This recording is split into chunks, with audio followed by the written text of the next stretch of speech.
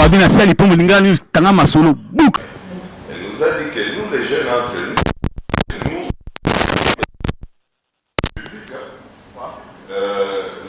Bajene oyo balamuki vraiment awa na komona institut ya ba autorité na kitiri ya bana mboka epai ya ye moko coordonnateur Totoro Mukenge na ba période ya session ordinaire de mars 2022 oyo esalamaki na salle Pierre Boka na Sepas tala respectivement na ba rapport pona monitoring parlementaire effectué na Assemblée nationale na ba projet oyo Indomba kudi mwana wa mwena Kongo yonso kudi bansonga bonso badi éveillé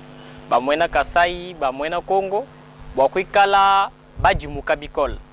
important soit chintu chitu diba lo kwa kule lelwe ou bien contrôle citoyen tu diba lo kwenza lelwe ou ba ko éveillé bansonga bonso bikala éveillé pas di député ou mu parlement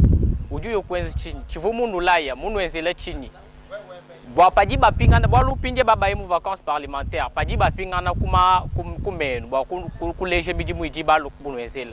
bivu ba nula ya mbeza chi kubela nkonko kichitu di ba lokwa ku lele libanso bonso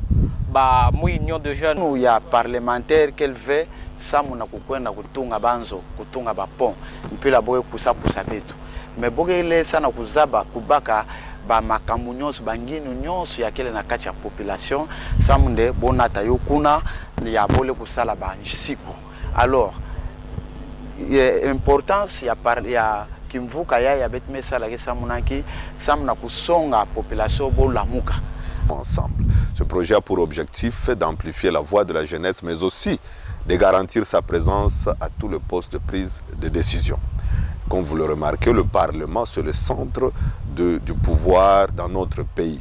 Nous avons des jeunes qui se préparent pour accéder, pour entrer dans le Parlement.